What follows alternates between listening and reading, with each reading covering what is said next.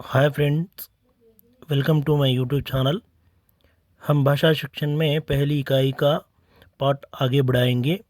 इसमें भाषा क्या है, इसमें पहला अनुच्छेद, तमसा नदी कलकल स्वर में बह रही थी।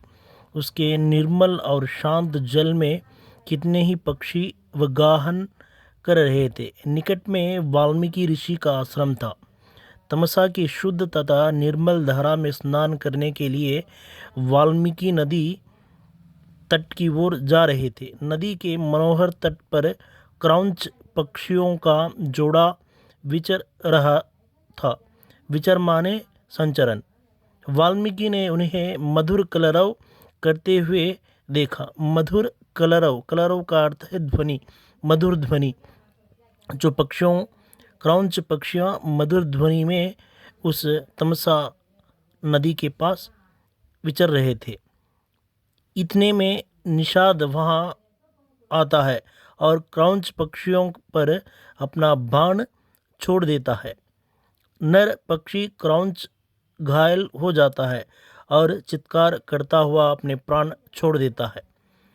इस नदी के पास जो निषाद एक व्यक्ति शिकारी आकर अपना बाण चला देता है।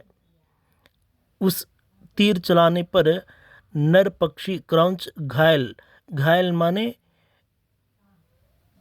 चोट, चोट लगने से वे विलविलाते हुए अपने प्राण को वही छोड़ देता है।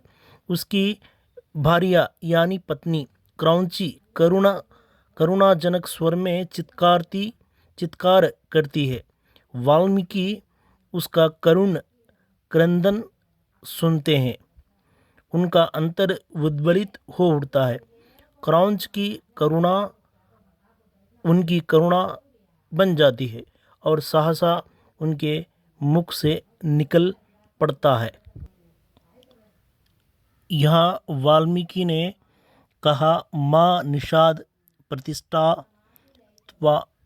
त्वमागम शाश्वती समाम यत क्रौंच मिथुना दे कमवधि काम मोहितम।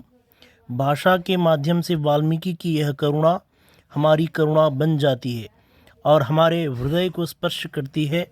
वाल्मीकि ऋषि पहले अपने अंतर के उद्वलन को प्रकट करना चाहते हुए भी नहीं कर पा रहे थे, परंतु क्रौंच के करुणा क्रंदन उनके अंतरस्थल को अवरुद्ध कपाट खोल दिया। उनकी हृदय की वेदना साकार रूप में प्रकट हो उठी। भाषा के माध्यम से, वाणी के माध्यम से, छंद के माध्यम से, इसकी छंद में उन्होंने संपूर्ण रामायण लिखी। इस पहले अनुच्छेद का सारांश ये है, वाल्मीकि ऋषि ने तमसा नदी के पास स्नान के लिए निकल पड़े। उस तमसा नदी के पास एक क्रौंच पक्षी मधुर स्वर में, मधुर रूप में रहती है। उस क्रौंच पक्षी पर निषाद नामक एक शिकारी ने शिकार कर देता है। उसमें नर क्रौंची मर जाता है। यह सब वाल्मीकि ऋषि ने देखते हुए मौन रूप से देखते रहते अपनी भावनाओं को, अपनी भाषा को अलग अलग रूप से प्रकट करती हैं।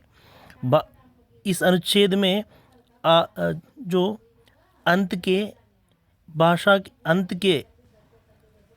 लाइन भाषा के माध्यम से, वाणी के माध्यम से, छंद के माध्यम से, इसी छंद में उन्होंने संपूर्ण रामायण लिखी।